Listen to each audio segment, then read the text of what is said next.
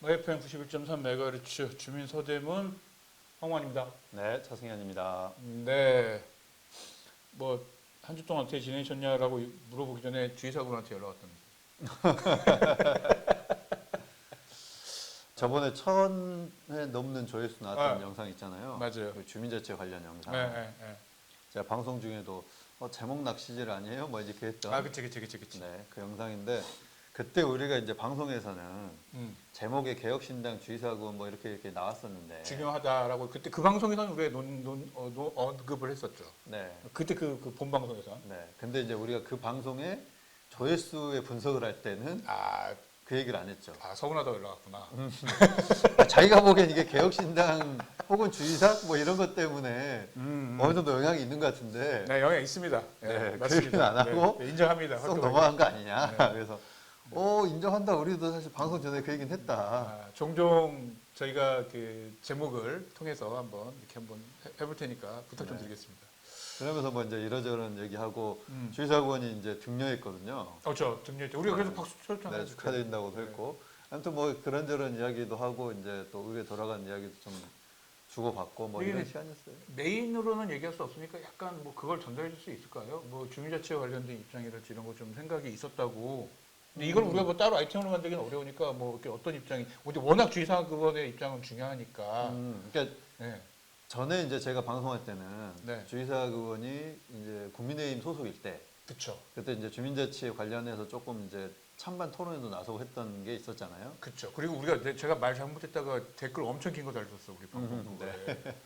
그래서 이제 그런 측면에서 분석했을 때는 혹시 제2호가 들어온다면 지금 9대 1대 5의 서대문구 의회 상황에서 10대 5가 아니라 9대 6이 될 수도 있다. 될 라고 수도 우리가 있을 수 있다라고 하는 이제 뭐 전망을 살짝 했었죠. 해봤죠. 그렇죠. 근데 이제 지금은 이제 또 뭐 개혁신당에 가서가 아니라 전반적인 이제 고민은 그런 것 같더라고요.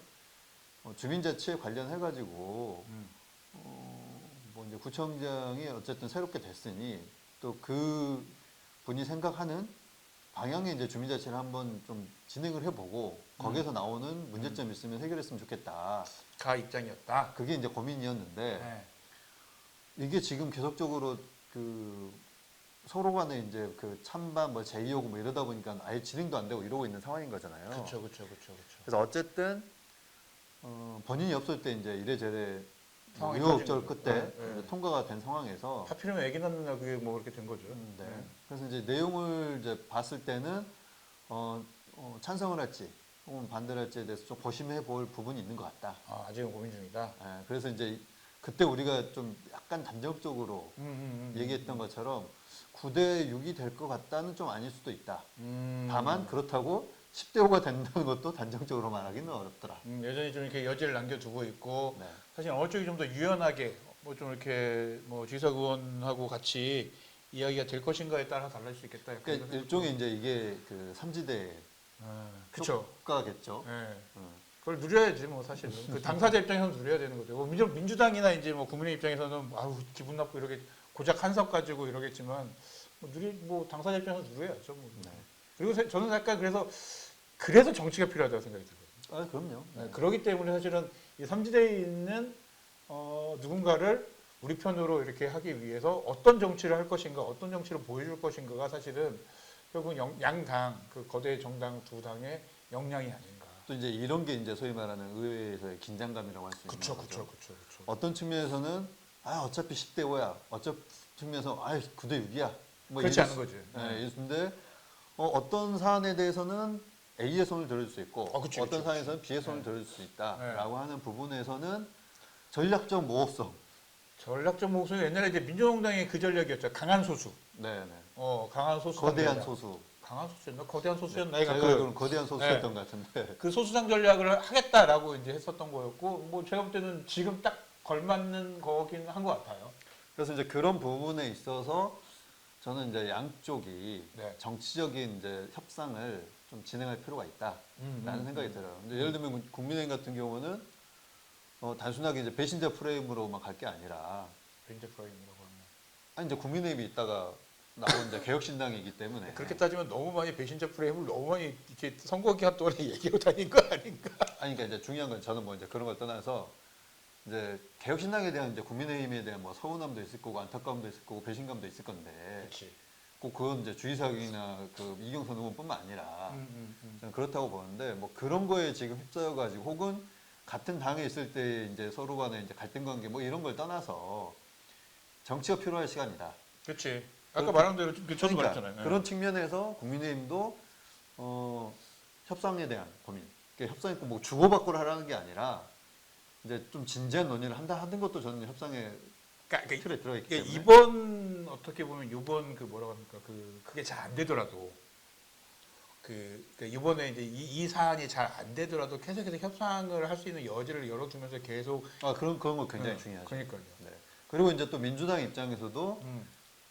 아이 저 의원은 이제 뭐 국민의힘 혹은 이제 개혁신당도 범보수야 뭐 이렇게 볼 만한 또 사안은 아니라고 이게 봐요. 이게 착각하면 안 되는 게 범보수야라고 착각을 해도 안 되고 범야권이야라고 착각을 해도 안 되는. 애매한 지금 이제 정치적 지위를 갖고 있는 거죠. 그렇죠. 네. 특히 이제 서대문구에서도 이제 좀 그런 경향이 있는데 더 강한 것 같아 서대문구가 네. 어떻게 보면. 그러니까 예를 들면은 그 국회는 그냥 범야로 약간 많은 사안들이 엮여버리는 게 있는데 뭐 예전에 뭐 최상무 특검 같은 네. 경우는 이준석 뭐 네. 당선자 같은 경우도 김건희 여사 특검 뭐 이런 것들도 강하게 그렇고. 이제 네. 김건희 어필하고 여사라고 안 있으니까. 하면은 우리 방심이 가기 때문에 김건희 여사 특검 네. 뭐 등등등에 있어서는 이제 범야로 강하게 약간 묶여 있다라면 어쨌든 서대문구는 그렇지는 또 않은 것 같아요. 근데 이제 그런 측면에서도 우리하고 손잡기 좀 애매한데 뭐 이런 것보다는 민주당이 생각하는 이제 주민자치회가 이 방향으로 풀려야 된다라고 그렇지. 하면 좀 적극적인 이제 또 논의. 아까도 이제 말씀드렸던 것처럼 뭐 협상이라고 하는 게 우리가 A를 줄 테니 B를 다오가 아니 꼭 이것만 있는 건 아니에요. 그렇죠. 정치적으로 서운한 감정이 있는 것도 푸는 방식이 있을 거고. 그러니까 약간 이제 당이 달라지고 뭐가 이렇게 상황이 달라졌으니까 제로 베이스에서 툭툭 털고 다시 이제 관계 시작할 수 설정을 있는. 다시 할 필요가 있는 거죠. 저는 그것도 굉장히 그게 정치라고 생각해요. 그리고 이제 이게 뭐 지방의회가 다음 선거까지 2년 뭐 남았어요. 1년도 안 남거나 이러면은 그냥 힘으로 밀어붙여 뭐 이럴 수도 있어요. 아직 2년이 남았어요. 근데 2년도 더 남은 거죠. 지금 후반기 시작 아직 안 했으니까. 그렇죠. 이제 그런 측면에서 보면은 양당과 이제 개혁신당 포함해 세 당이 좀 적절한 관계 속에서 좀 더 주민들에게 잘 괜찮게 보일 수 있는 의회로 거듭나는 계기점을 한번 만들어 보는 것도 좋지 않겠나 생각이 듭니다. 그 역할을 주의사원이 많이 할 수 있을 것 같기도 하고. 근데 이제 그것도 있죠. 능동적일 수도 있지만 수동적일 수도 있어요. 그러니까. 양 당이 다 그냥 배제해 버릴 수도 있거든요. 그렇게. 근데 그렇지는 못할 것 같은데 지금 분위기가. 굉장히 이게 되게 약간 정치 드라마 보듯이 보면은 좀 더 재미있으려나 뭐 이럴 수도 있는데 그러다가 이제 비극적인 드라마가 나올 수도 있긴 하겠지만. 여기가 이거는 지극히 현실적이지 않은 재미로만 얘기하자면 그렇지.